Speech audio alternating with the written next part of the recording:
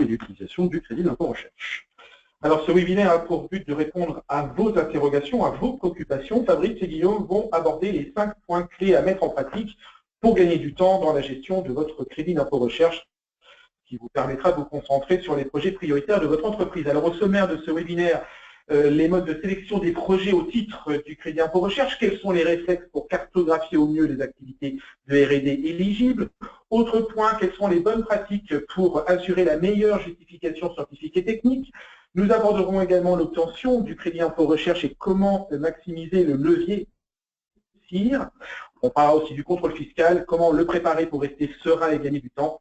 Enfin, quelles sont les montées en compétences de vos équipes.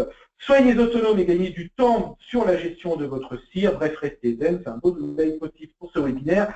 Guillaume, Fabrice, je pense que d'ores et déjà, ceux qui nous écoutent vont être attentifs. Ils vont peut-être aussi avoir des questions à nous poser. Si vous avez des questions, vous utilisez la fenêtre de chat qui apparaît sur votre écran. Vous posez vos questions tout au long de ce webinaire pour qu'on puisse vous répondre presque instantanément. On démarre avec Fabrice sur le mode de sélection des projets au titre du CIR. Alors, sélectionner des projets au titre du CIR, ça veut avant tout dire savoir bien qualifier la recherche et le développement et donc challenger chaque projet et éventuellement, si un projet peut être amené à être tangent vis-à-vis des définitions de la recherche et développement au titre du CIR, de ramener ou d'essayer de ramener ce projet dans un domaine de sécurité. Ça veut dire quoi? Ça veut dire qu'il faut savoir maîtriser les risques qui sont liés à l'éligibilité crédit d'impôt recherche et crédit d'impôt innovation de ces projets. Et donc, ça revient à maîtriser les définitions de la recherche, du développement et de l'innovation pour le dispositif. Alors, pour cela, il faut définir les périmètres qui sont concernés par le CIR R&D, donc on va appeler CIR dans la suite de la présentation, et par le CIR Innovation, crédit d'impôt innovation, qu'on appellera C2I. CIR et C2I sont tous deux inclus dans l'innovation, mais chacun sur des périmètres qui sont précis. Le CIR est centré sur la R&D et plus particulièrement sur la recherche fondamentale, la recherche appliquée et le développement expérimental. Est exclu de ce scope le développement dit routinier ou classique. A contrario, le C2I, lui, est inclus dans l'innovation, mais ne contient pas la R&D et ne concerne par ailleurs que les opérations de conception de prototypes ou d'installation pilote de nouveaux produits. Alors cette notion de nouveaux produits, elle est capitale dans la mesure où elle exclut de fait les innovations de procédés, de services, d'organisations commerciales, etc. Pour le C2I, donc il faut bien retenir qu'on ne parle uniquement que de la création de nouveaux produits. Cette définition du périmètre me permet d'enchaîner avec le rappel des définitions de la R&D au sens du CIR. Donc en premier lieu, la recherche fondamentale. La recherche fondamentale, c'est quoi? C'est concourir à l'analyse des propriétés, des structures, des phénomènes physiques et naturels pour organiser, au moyen de théories interprétatives ou de schémas explicatifs, les faits qui sont dégagés de cette analyse. Traduction, c'est la recherche de haut niveau, très souvent académique et plus du coup du ressort d'organismes publics que privés. C'est de fait une part assez minoritaire des déclarations de CIR. La recherche appliquée, elle, consiste à trouver des applications possibles issues de la recherche fondamentale. Dans ce cadre, on est encore éloigné du marché et donc de l'évaluation du concept dans un environnement réel. C'est une typologie qui n'est pas rare, mais qui reste aussi minoritaire au regard du développement expérimental pour lequel il s'agit cette fois-ci de réunir toutes les informations nécessaires à la prise de décision technique en vue de produire de nouveaux procédés, produits, matériaux, services, ou d'améliorer substantiellement, c'est-à-dire de manière flagrante, prononcée, des produits, procédés et exercices qui existeraient déjà, pour lesquels on aurait un état de l'art qui donnerait des indications, mais pour lequel cet état de l'art ne serait pas assez complet.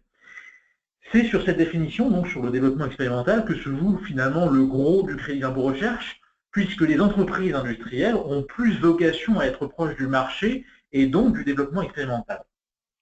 Alors, ce qu'il faut retenir de tous ces éléments, c'est que les trois définitions de la R&D éligible au CIR ont en commun d'accroître les connaissances de l'état de l'art, donc c'est la production de nouvelles connaissances dans le domaine scientifique en cause, au démarrage du projet. Alors, le développement expérimental, c'est effectivement là où va se jouer une grande partie du crédit d'impôt recherche.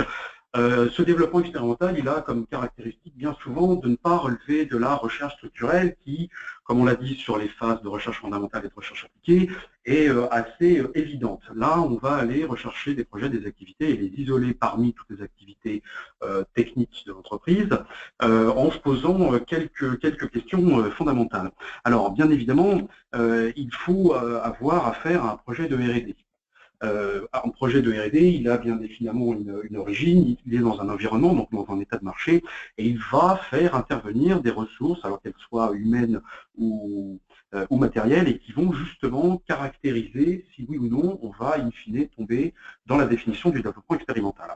Alors, la première étape, bien évidemment, pour qualifier un projet de recherche, c'est les difficultés scientifiques ou techniques. Malheureusement, s'il n'y a pas de difficultés, si on n'est pas capable de les mettre en évidence, on ne pourra pas qualifier de développement expérimental le projet, puisqu'il s'agit bien évidemment de dissiper une difficulté d'ordre réellement scientifique et pas d'ordre marché ou d'ordre non technique.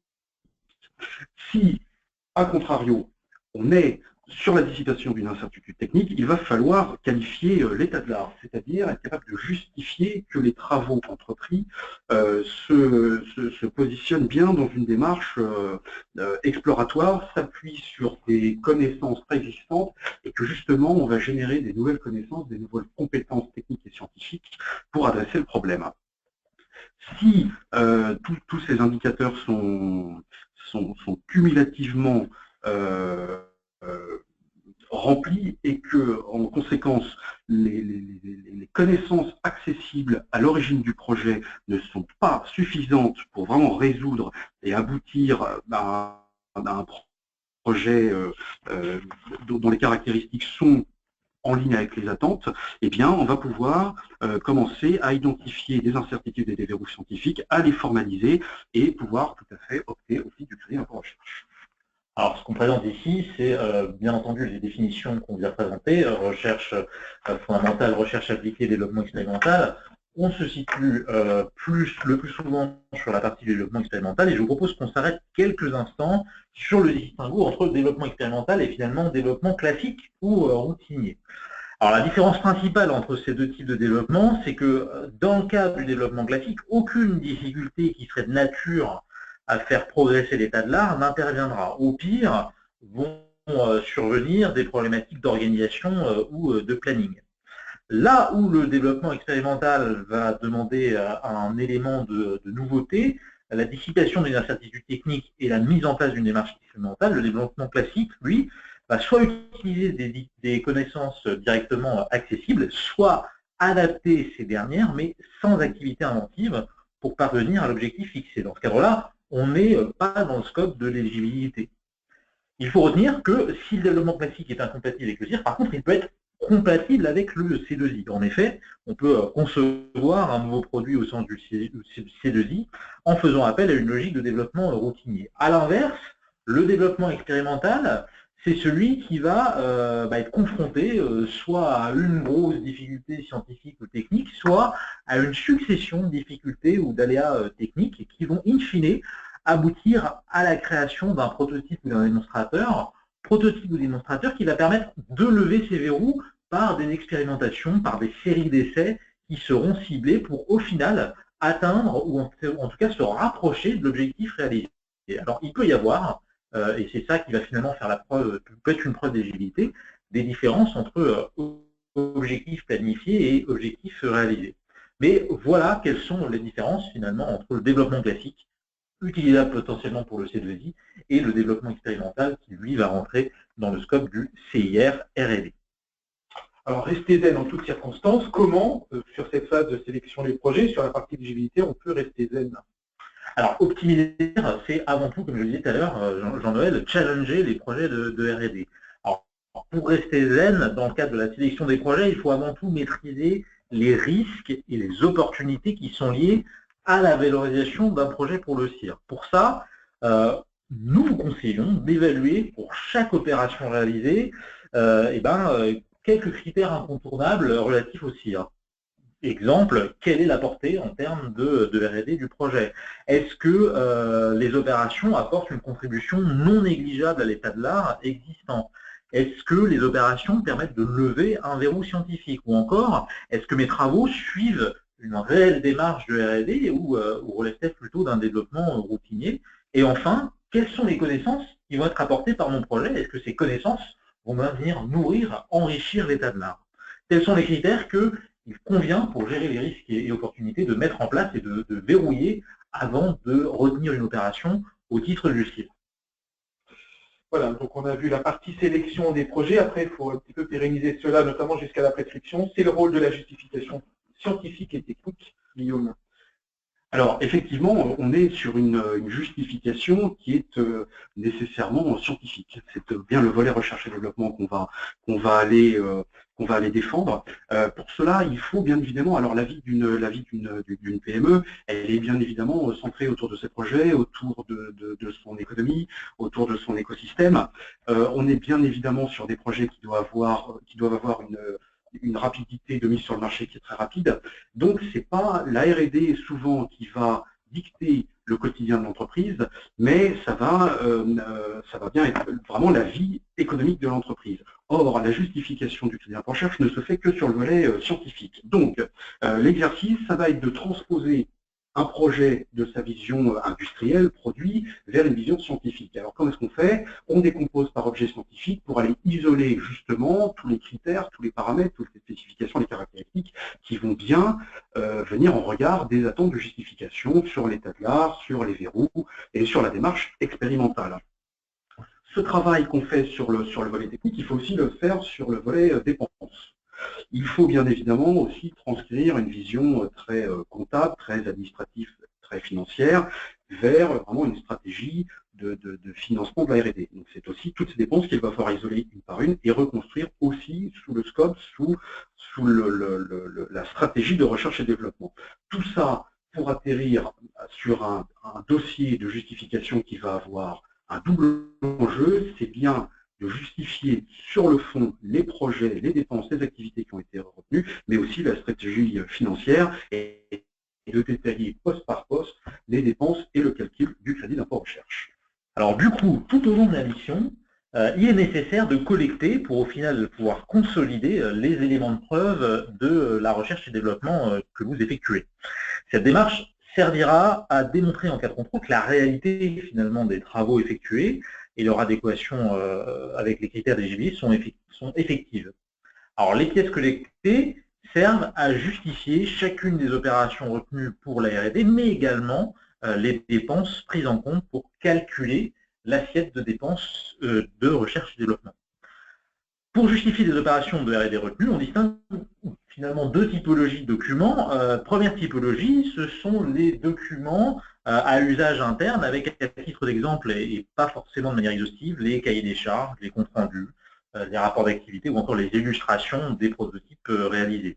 Alors l'idée, c'est de ne jamais se brider au cours de la réalisation des travaux et de la collecte des éléments, mais au contraire de conserver à chaque étape tout élément de preuve, quel qu'il soit, qui pourra venir étayer la justification. Au pire, il est préférable d'effectuer un tri a posteriori entre toutes les pièces que vous aurez collectées au terme du projet, plutôt que de s'apercevoir en cours de justification que le projet n'a pas été assez documenté.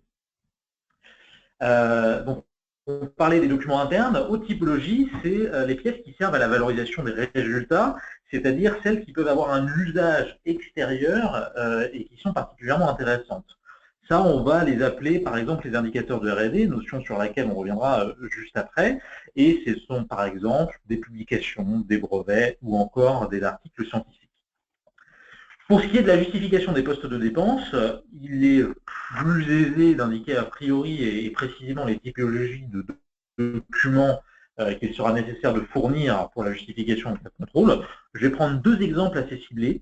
Le premier qui concerne les frais de personnel. Alors, je vous rappelle que c'est finalement le gros poste de dépense principal du crédit d'impôt recherche.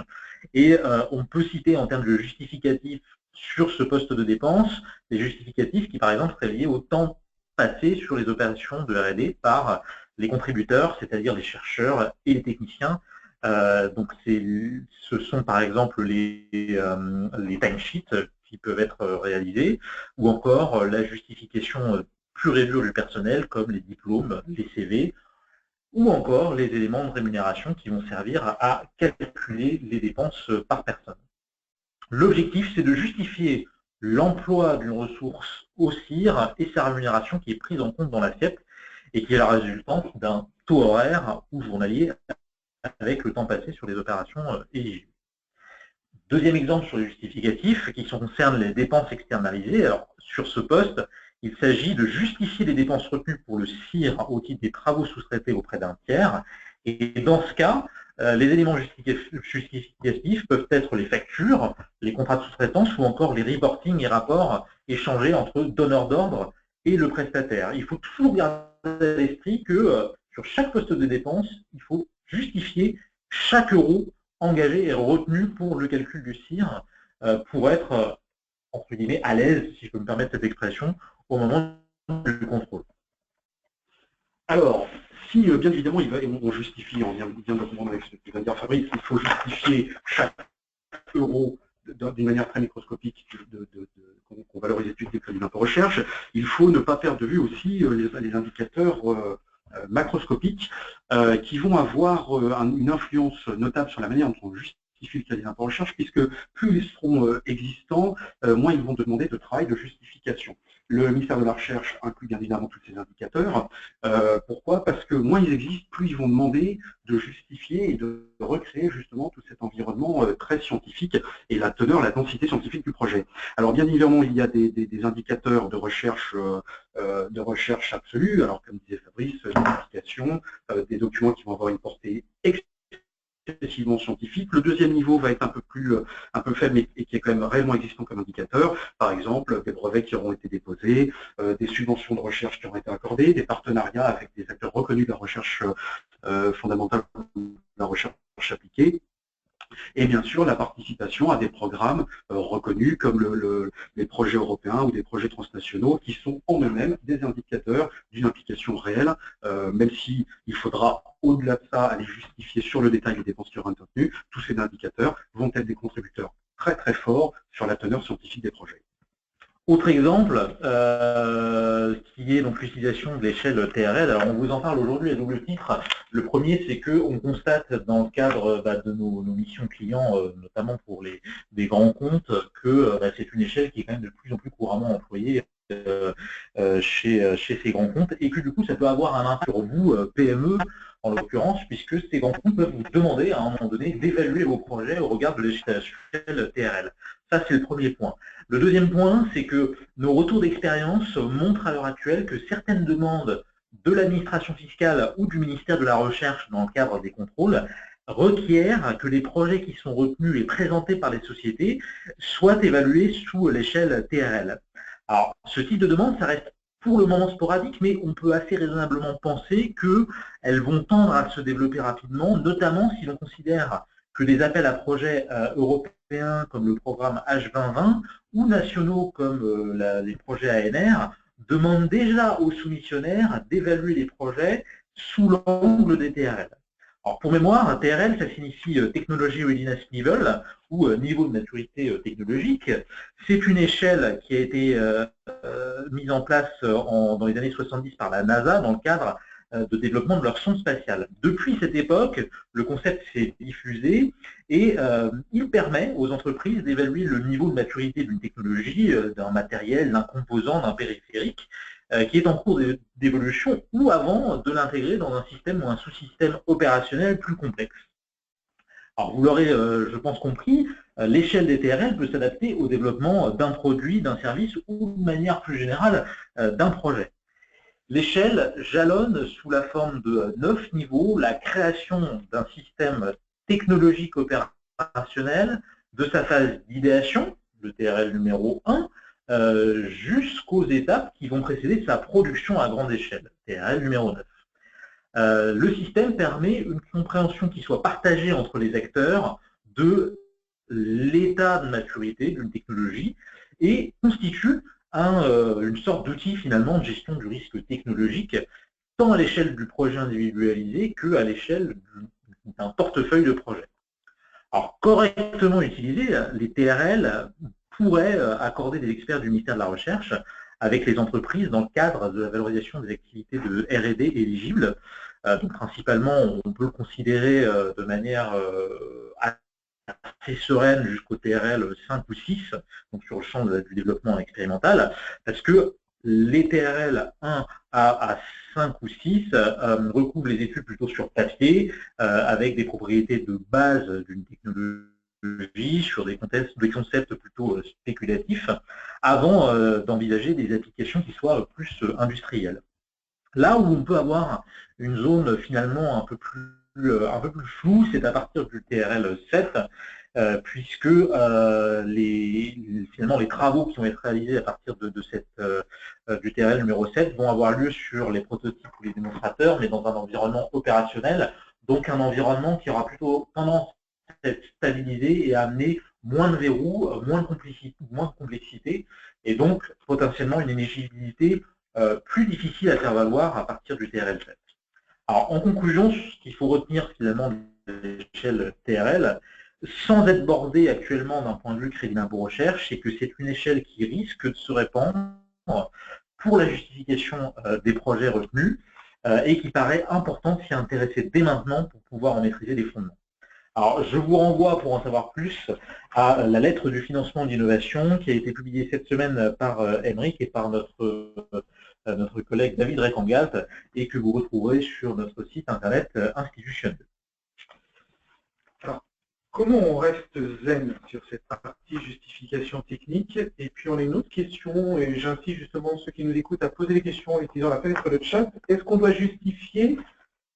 Quand est-ce qu'on doit justifier, a priori, a posteriori, pendant le projet?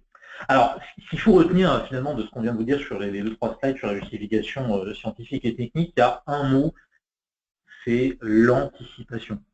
Anticiper, ça veut dire quoi? Ça veut dire que je suis capable, en tant qu'entreprise qui effectue des opérations à longueur d'année, qu'elles soient éligibles ou pas éligibles, c'est que sur les opérations que je pense éligibles, a priori, je me fabrique les éléments de preuve que je pourrais mettre en avant au moment où je ferai la justification. Et je n'attends pas finalement d'avoir fini l'année civile de réalisation de mes opérations pour faire ma justification, mais je la construis en temps réel au fur et à mesure de l'avancée de mes travaux. Anticipation, c'est le maître mot de la justification. Alors Guillaume, j'ai sélectionné mon projet, je suis en mesure de le justifier, j'ai donc anticipé, maintenant je vais obtenir mon CIR. Alors, effectivement, il faut transformer l'essai. C'est-à-dire qu'une fois qu'on a réussi à faire tout ce cycle, il faut aller matérialiser la naissance de la créance de crédit d'impôt recherche.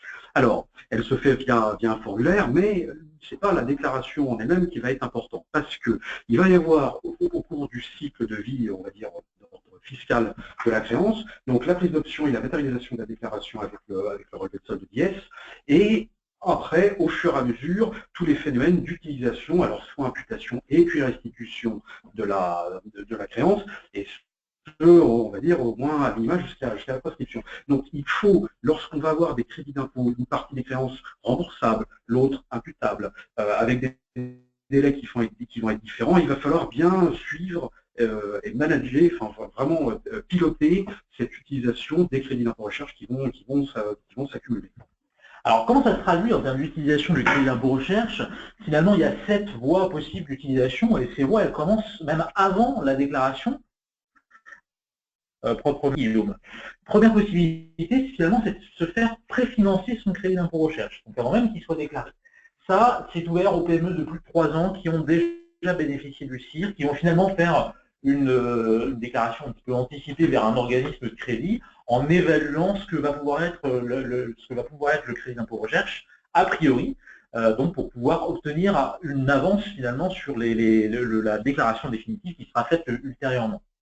Deuxième possibilité, c'est le cas général, finalement, c'est l'imputation au moment où on va déclarer le CIR, donc le CIR de l'année N, sur l'impôt sur les sociétés dû au titre de l'année N. Ça, toute entreprise bénéficiaire sur l'année considérée peut imputer son crédit d'impôt recherche, c'est le régime général. Troisième possibilité, ouvert aux PME, c'est le remboursement immédiat de la créance. Si la société ne peut pas imputer au moment de la déclaration, à ce moment-là, elle peut demander le remboursement immédiat de la créance de CIR à l'administration fiscale. Quatrième voie, c'est éventuellement la mobilisation de la créance auprès d'un établissement bancaire. C'est-à-dire que je ne peux pas imputer ni me faire rembourser immédiatement mon CIR. je peux aller voir un organisme bancaire pour qu'il puisse me financer la créance. L'autre possibilité, finalement, c'est si je suis une société qui n'a ni imputé le CIR N sur l'année N, ni pu avoir un remboursement immédiat, je peux aussi prévoir d'imputer sur des impôts sur les sociétés ultérieures, et ce pendant 3 ans, mon crédit d'impôt recherche de l'année N. Au moment où la créance devient instituable, on a finalement 2 options. La possibilité d'imputer la créance sur une échéance à venir, type TVA ou impôt forfaitaire annuel, ou, et c'est la dernière utilisation possible, opter pour le remboursement de la créance au moment où elle est devenue restituable, c'est-à-dire au bout d'une période de 3 ans. Et ça, c'est valable pour toutes les entreprises. Parfait, très bien. Tout se passe très bien, ou presque, hein, parce que bon, il y aura un contrôle, hein, Guillaume. Comment ça se passe? Alors, si on est bien préparé, si on a bien anticipé, comme disait Fabrice, le contrôle, il n'y a pas de raison qu'il se passe mal. Néanmoins, il faut quand même garder un certain nombre de points de vigilance. Le premier, le plus fondamental, le plus absolu, c'est que le crédit d'impôt recherche répond à une double possibilité de contrôle. Alors, soit de l'administration fiscale, soit du ministère de la Recherche. Même si seule l'administration fiscale va disposer du pouvoir de rectification et d'apporter des notifications au crédit d'impôt recherche, le ministère de la Recherche, lui, peut tout à fait de son propre chef aller diligenter des opérations de vérification. La principale chose qu'il faut une fois de plus anticiper, c'est que ces 2 organes de vérification peuvent avoir une approche différente du dispositif. L'administration va regarder plus les dépenses, la manière dont on intègre les postes de dépenses, la manière dont on calcule le crédit d'impôt recherche. Le ministère de la Recherche va porter une vision un peu plus, nettement plus scientifique et regarder le fond des projets. Donc, quand on prépare le dossier de justification, il faut bien évidemment s'attendre à pouvoir répondre aux attentes et aux spécifications de ces 2 organes de contrôle. Alors, le contrôle, c'est bien entendu un risque qu'il ne faut pas négliger. Pour vous mettre en perspective ce type de cette problématique, je vous rappelle 3 données clés assez rapides du dispositif qui sont issues du rapport de la Cour des comptes qui a été publié en 2013.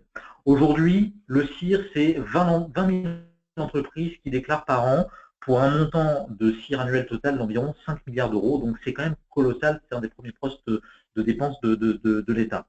Pour vous donner un ordre d'idée, le nombre de déclarants a été multiplié par 3 en 10 ans sur la période de 2002 à 2012, et dans le même temps, le budget du dispositif a lui explosé pour être multiplié par 11.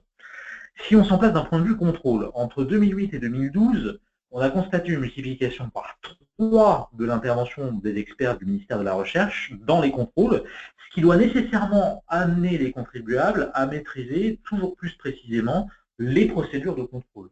Le ministère de la Recherche a, comme l'administration fiscale, largement professionnalisé son approche des contrôles et donc des expertises qu'elle mène auprès des entreprises. Dans le même laps de temps, entre 2008 et 2012, les rectifications qui sont liées au CIR ont-elles augmenté de plus de 200% pour un volume de rectification qui atteint en 2012 162 millions d'euros. Donc ça, ce sont les dernières données auxquelles nous avons accès à l'heure actuelle. Donc globalement, le CIR, c'est un dispositif certes nécessaire, mais coûteux, et donc sous surveillance. Alors, si on regarde les tendances de rectification, justement, il y a principalement, il y a 3 principaux postes qui sont regardés. Le premier, il va considérer bien évidemment l'éligibilité des travaux. On est sur un crédit d'impôt recherche, il faut nécessairement bien s'assurer qu'on parle bien de R&D. L'aspect R&D est remis en cause, mais surtout son aspect justification et documentation. C'est pas le tout d'avoir un projet éligible, il faut être capable de le justifier dans le temps avec sérénité jusqu'à la prescription. L'état de l'art aussi a été un gros sujet, c'est-à-dire la capacité des entreprises à souligner, à illustrer l'acquisition de compétences pendant la réalisation du projet. Le deuxième, comme disait Fabrice tout à l'heure, le poste de dépense frais de personnel est le principal poste de développement. C'est normal qu'on le retrouve aussi en tête de liste des postes de rectification. Il faut effectivement bien aussi qualifier la légitimité du personnel de recherche sur ces projets. Donc, 1, leur qualification scientifique, et 2, leur implication sur les projets, et puis bien évidemment 2 catégories, les chercheurs et les techniciens, et bien reconstituer constituer la stratégie de travail et de collaboration entre ces deux catégories de personnel. Le troisième poste de dépenses, les dépenses sous-traitées, c'est-à-dire les dépenses qui sont effectuées en dehors de l'entreprise, qu'elles soient vers des organismes publics de recherche, qu'elles soient vers des partenaires privés, agréés. Il faut faire aussi attention à l'agrément au crédit d'impôt recherche des entreprises privées. Ça n'est pas une preuve absolue qu'il y a bien un rapport scientifique entre un donneur d'ordre et un prestataire R&D. Donc il faut aussi, avec une immense vigilance, aller intégrer les prestataires R&D dans la stratégie et la structure R&D interne. Les preuves aussi, il faut bien évidemment, dans le cadre d'une sous-traitance, avec une rigueur infinie, garder toutes les preuves et toute la matérialisation des liens scientifiques, une fois de plus, entre le donneur d'ordre et son prestataire R&D. Alors, quelques astuces pour rester zen justement lors d'un contrôle fiscal. Alors, pour moi, il va y avoir deux mots-clés. Le premier, c'est le même que tout à l'heure, finalement, c'est anticipation. Et le deuxième, c'est dialogue. Alors, anticipation, pourquoi? Anticipation, parce qu'il est nécessaire de devancer toute demande des administrations de contrôle. Pour cela, il convient, au moment du déclenchement d'un contrôle, de finalement essayer de refaire un diagnostic de l'ensemble de votre dossier en se posant les questions suivantes. Globalement, c'est est-ce que je dispose de toutes les pièces qui vont justifier les dépenses que j'ai déclarées? Est-ce que mes dossiers techniques sont formatés selon les dernières préconisations du ministère de la Recherche? Est-ce que j'ai fait figurer tous les indicateurs nécessaires à mes démonstrations? Ou est-ce que j'ai encore suffisamment présenté ma société et sa capacité de recherche et développement? Autre mot-clé, c'est le dialogue. L'aspect du contrôle fiscal, pour toutes les entreprises, ça peut un petit peu faire peur de manière assez légitime, et pour autant, il faut garder la tête froide, notamment en se disant que l'administration fiscale et le ministère de la Recherche, certes, on a dit tout à l'heure qu'ils ont professionnalisé leurs approches de contrôle, mais il n'en reste pas moins que les vérificateurs et les experts sont majoritairement, et c'est ce qu'on constate dans la pratique tous les jours, ouverts à l'échange avec le contribuable. Alors, dans l'idéal, l'objectif cible, c'est de pouvoir transmettre un document parfait, exempt de tout reproche, dès la première demande du vérificateur. Mais la vérification du CIR, ça peut se révéler parfois assez subjectif sous certains aspects, et donc il faut aussi pouvoir envisager d'autres alternatives. Deux exemples, c'est par exemple demander la tenue d'une réunion de présentation spécifique au vérificateur pour lui présenter finalement les grandes lignes de la méthodologie de valorisation. Deuxième exemple, ça peut être proposer une visite sur site à l'expert du ministère de la Recherche en charge de l'expertise de votre dossier pour lui faire prendre conscience de visu, de votre capacité de recherche et développement et pour nouer un véritable contact avec lui parce qu'on sait aussi par expérience qu'on fait passer plus de messages à l'oral que par des dossiers écrits. Bref, soyez proactifs, créez du lien, favorisez le dialogue pour être sûr qu'une information écrite ne soit pas mal interprétée ou qu'à l'inverse, aucune information importante ne manquerait à l'appel. Alors, on comprend qu'il faut maîtriser un éventail assez large de petits détails qui, accumulés, vont avoir un poids conséquent dans la gestion du CIR. Alors, c'est pour cela qu'on souhaite aborder dans ce webinaire d'Emile la montée en compétence des équipes, Guillaume. Alors, effectivement, la montée en compétence, elle doit être sur les deux volets, définitivement, parce qu'ils vont peser de manière assez égalitaire dans la justification, dans la pérennité du crédit d'impôt recherche. Donc, si on regarde la chaîne de valeur du crédit d'impôt, effectivement, on traduit d'abord une identification et une sélection des activités et des dépenses, donc on est vraiment sur une cartographie des activités de l'entreprise, puis on va opérer des traitements. Alors, ça va être isoler, restreindre le périmètre vraiment R&D, et ça va, et de l'autre côté, calculer au plus précis les postes de dépenses.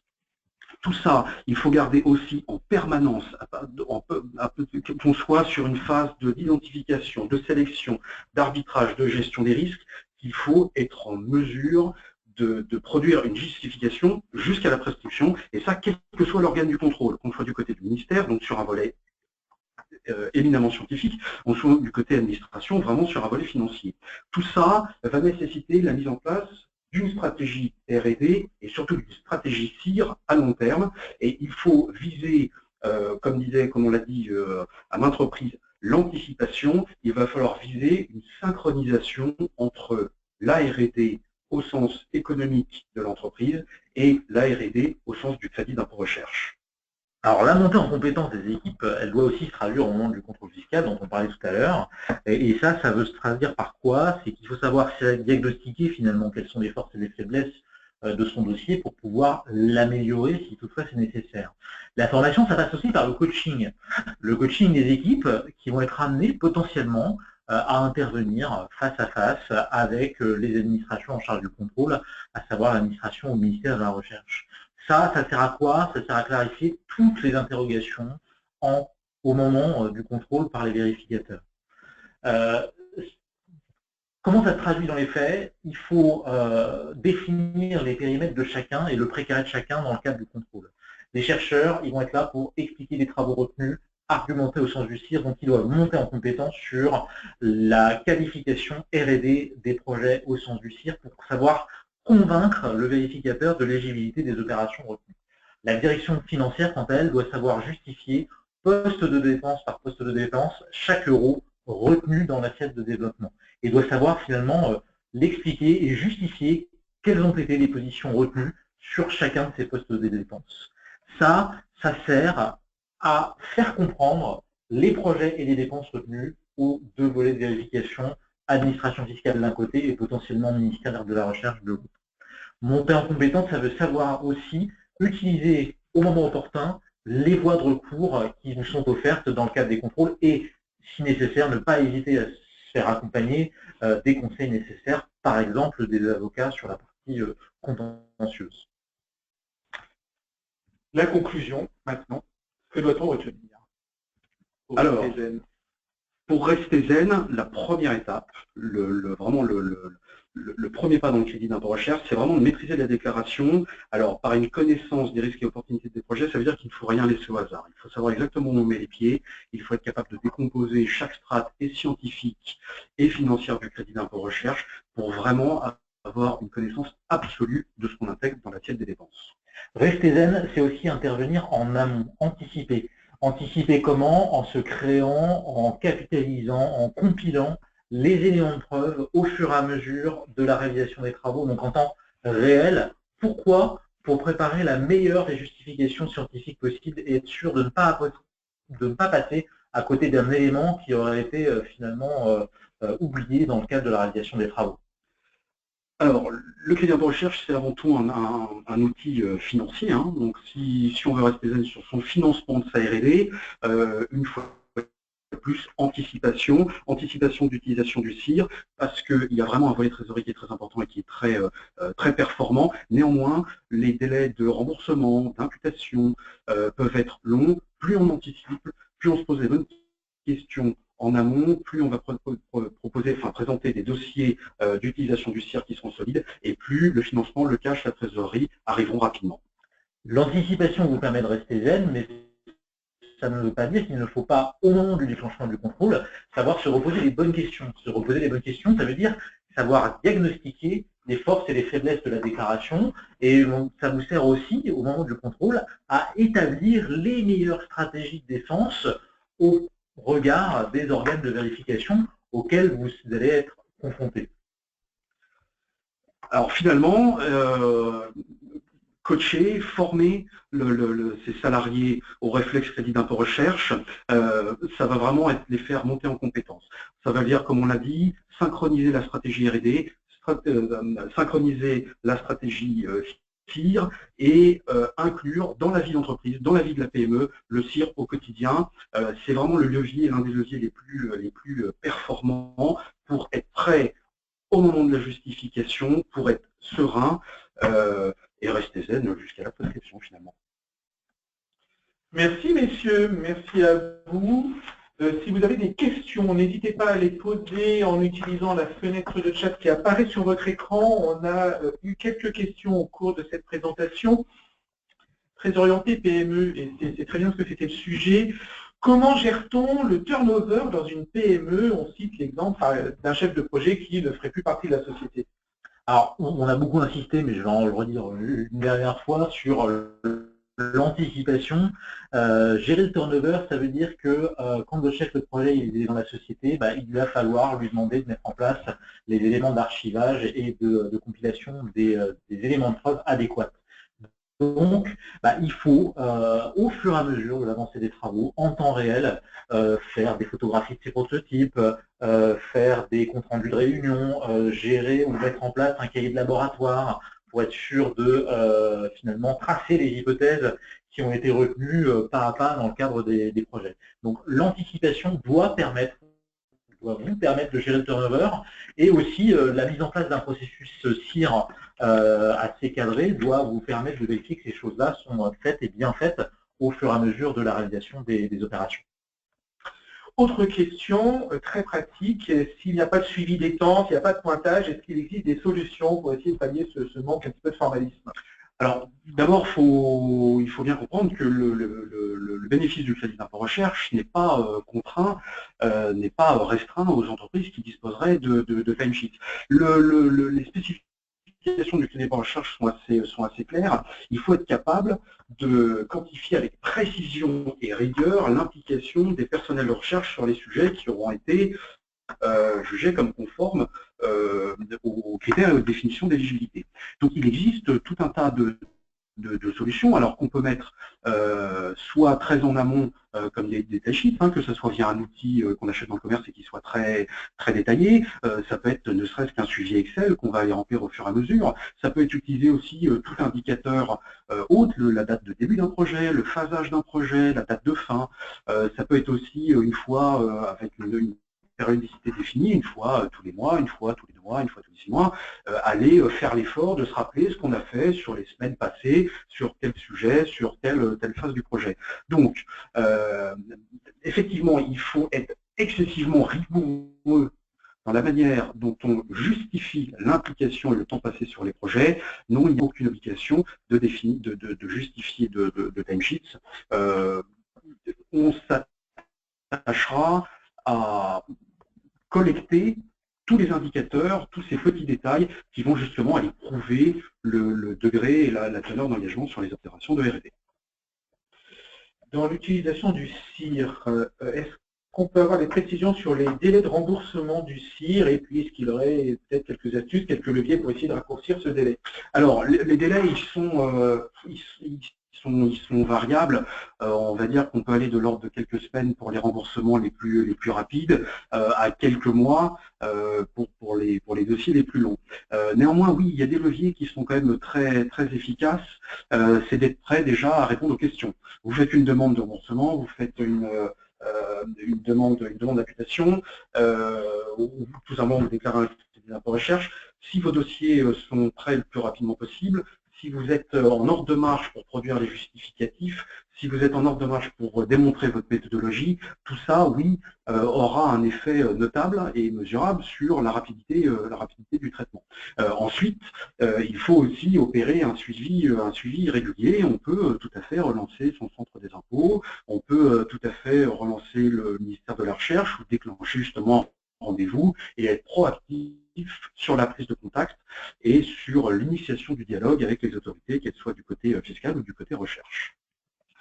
Dernière question, vous avez abordé lors du contrôle fiscal le fait de favoriser le dialogue en direct. Une personne qui nous écoute explique justement qu'il y a eu plusieurs cas où il n'y a pas de communication avec l'expert, qu'il y a une impossibilité d'avoir accès justement à un expert du ministère. Et du coup, je suppose que la question qui est posée, c'est est-ce qu'on peut exiger entre guillemets un rendez-vous avec un ministère? Alors, l'exige, c'est un peu compliqué parce que, alors, au moins avant 2013, il n'y avait aucun cadrage finalement de l'intervention des experts. L'expert, il est là pour rendre un avis qui est consultatif. Ce qu'on constate majoritairement dans le cadre de nos expériences clients, c'est que finalement, même s'il est consultatif, quand l'administration fiscale demande l'avis d'un expert du ministère de la Recherche, elle va avoir tendance à appliquer et donc à suivre cet avis. Alors avant 2013, l'intervention des experts n'était pas cadrée. À partir de 2013, il y a eu un décret qui est paru et qui finalement est venu un petit peu cadrer ça, mais qui ne donne finalement aucune obligation à l'expert de rencontrer l'entreprise de visu. Le décret, il dit quoi? Il dit que dans le cadre d'intervention de l'expert, il juge un tout sur pièce, donc sur la transmission d'un dossier, et que si lui-même juge qu'il n'a pas assez d'éléments pour rendre son avis, il va demander il va faire une demande d'éléments complémentaires aux contribuables. Et à ce moment-là, le contribuable peut demander un rendez-vous pour préciser les définitions de la recherche et du développement éligible. Mais donc finalement, si l'expert juge que son dossier technique lui permet de rendre un avis, qu'il soit blanc ou noir, on peut tout à fait imaginer qu'il n'y ait jamais de rendez-vous avec l'expert. Alors ça, c'est la théorie. Après, il y a la réalité des faits, et ce qu'on constate aussi dans la pratique, c'est que finalement, en passant par l'administration fiscale ou les chargés de mission qui sont les relais entre le contribuable et l'expert au ministère de la Recherche, on a assez souvent l'accès aux experts, on peut quand même assez facilement les rencontrer. Ce n'est pas systématique, il peut y avoir des cas de refus, ça existe, mais assez globalement, on se rend compte quand même que les experts ne sont pas fermés à rencontrer les entreprises et donnent plutôt accès au rendez-vous.